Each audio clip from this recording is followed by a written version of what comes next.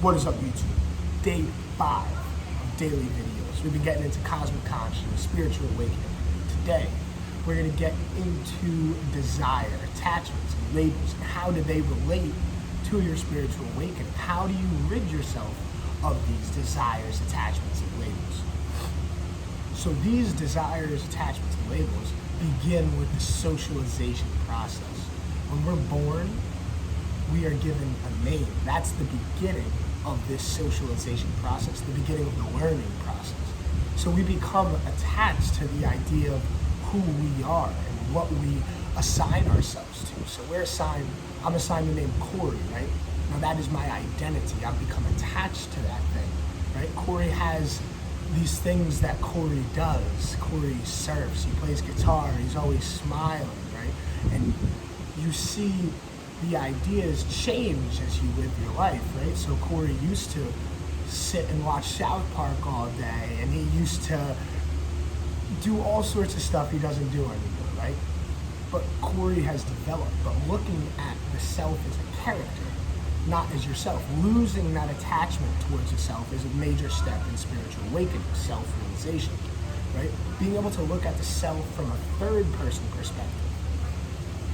So it's interesting when you're able to do that, you begin to see the desires and the attachments that that self has. Like, you begin to examine and analyze the self as if it's not you. But when you identify very strongly and heavily with this character, you become attached to the outcome of things. You become more emotionally charged by this character, right? So if I can look at Corey from a third-person perspective, okay, I go to football practice, right? And I say, I'm not getting in at football practice. I'm mad there's people in front of me, right? Scenario.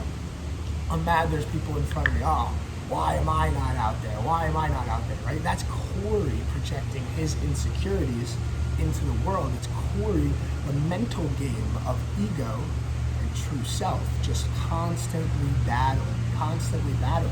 So when you can purify yourself and rid yourself of these attachments and desires, you begin to see the world with clarity. You begin to not be emotionally charged by these things, because ultimately attachment, we become attached through emotion, right? We're emotionally charged. Okay, this one thing brought me this feeling and it made me feel this type of way, right? So if you like to play music, and you're attached to the idea of creating music, it's because music brought you this feeling at one time. If you are attached to the idea of going to the bar and getting drunk with your friends, it's because you are attached to the idea of how that made you feel. What emotion did you feel in that scenario? So it's about gaining an emotional intelligence is a major part of realizing these things about yourself. So, because emotions are what cause our attachments, our desires. How do I feel? What does that one thing make me feel like? When you can analyze those closely and disassociate those from myself, right? When you put these labels on yourself, that's the next thing, is the labels. You label yourself and you confine yourself. You put yourself in a box, right? When you label something, you ultimately limit yourself. Labels confine you, and you can't reach out of the box when you're stuck in it, right? The label makes you squeeze in, right? Like if I say, I am angry, I'm in a box, how do I get out? I'm happy, I'm in a box, right? And once you get out of that box, oh, I'm not happy anymore, you feel that insecurity, the attachment to being happy, and you label yourself as these things. When those labels are broken, you're going to feel negative emotions associated with them. So it's very interesting to be able to look at yourself from a third-person perspective and see this whole ego dance going on inside yourself, the constant chess match that's going on. So obviously, it's impossible for somebody at this point in spiritual awakening to be happy all the time, to be ever blissful, ever present, right? So you're going to find the mind wandering. You're going to find the mind getting fixated on little ideas that have little to no significance in your life. Oh, ooh, that girl looked good as she's walking by the street, and then your mind comes back to God, right? Your mind comes back to singularity and oneness. Ooh, that chocolate and that ice cream looks delicious. Oh, I'm back, right? So your mind has formed these attachments to sensual pleasures and these desires, right? Your desire is what keeps you out of the moment. Your desire to experience these earthly pleasures, these earthly grievances even, right? Because your mind is attached to feeling bad too. That's the only reason you feel negative emotions, because the mind has attached to these ideas, right? And we see a lot of mental illness. People scroll through social media all day, attached to these, attached to their own insecurities. They scroll through, oh, that girl's so hot, I wish I looked like her. You're attached to that idea. You are making that a reality for yourself. So when you can cut the cord with these labels and start looking at them as labels and just that, not you. Because you will put the I statement, the I am statement in front of everything you do. You associate yourself with these things. So that's the beginning of realizing your desires, attachments, and labels you put on everything, right? So I went through my life. What do I desire? What do I attach to? What labels do I confine myself with? And I found many different labels that I assigned to myself. Why is that, right? So for example, if I go to the beach and I don't have my surfboard, I go to the beach, I'm a surfer, right? I'll put that label on myself. I'm a surfer. If there's waves, I'm out there. Last night I go to the beach and I'm hanging out with my friends, we're watching the sunset, there's little waves, and I'm looking at the water. Oh, I should have brought my surfboard. I should have brought my surfboard. Should have.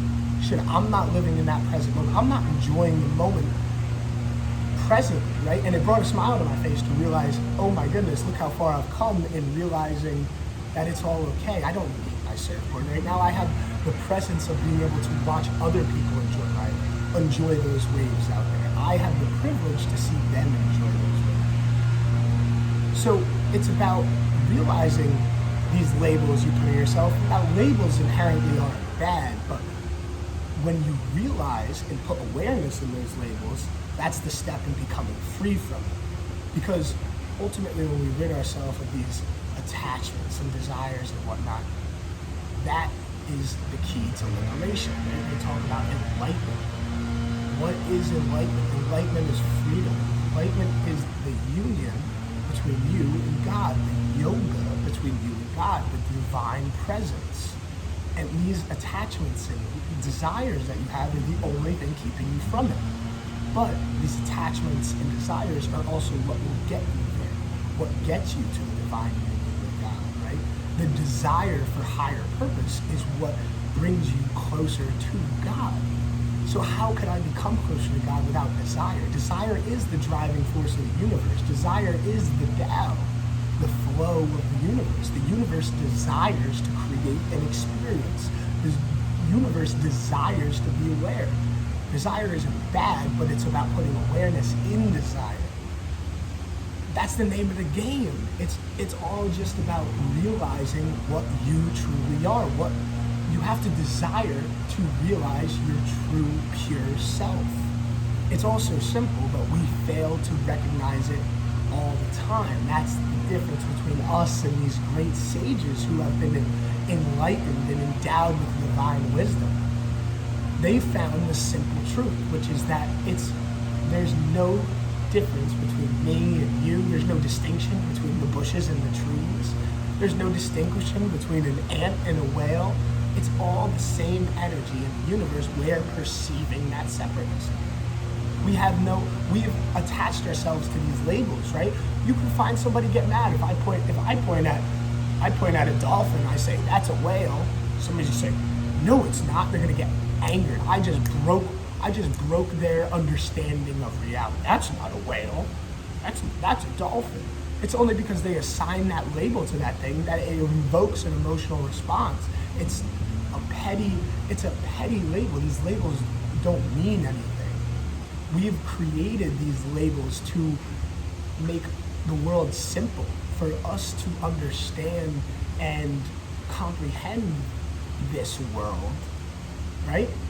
All we're doing is just it makes it easy for us to look at that bush over there and say, oh, that's a bush. Oh, this tree right here, oh, that's a tree, right? But ultimately, they just are. They're just living expressions of the ultimate experience, right? The supreme reality, the Brahman, they're just expressing themselves to their best ability. It's all the same.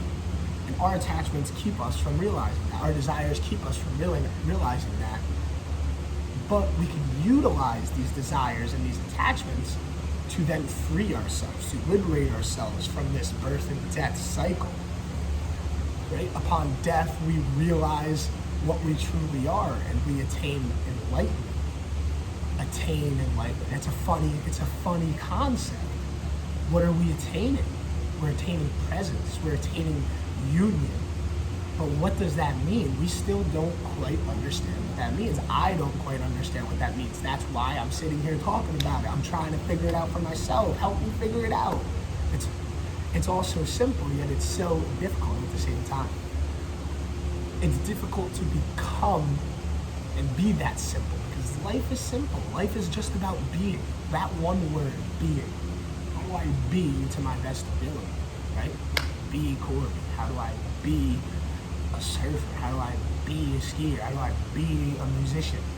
These ideas, these labels, how do I be them, right? And ultimately, it's just about non-attachment to these desires and labels, freeing yourself from them, putting awareness in them, but putting awareness in them with non-attachment.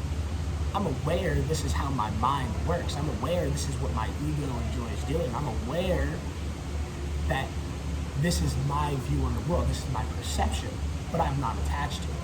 Because the greatest yogis and sages, they act. They act with action. They're not inactive, but they act without attachment. They act without, not for pleasure, but for experience. And it changes the name of the game.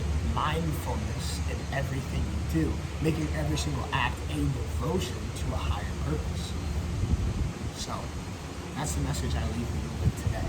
Act without attachment, act without desire, act to experience, act as awareness. Use your life as your means of liberation. Liberate yourself in every action you do. Look at it from a third-person perspective. Watch your life like a movie. You're just a character. So enjoy this illusion while it lasts, and I'll see you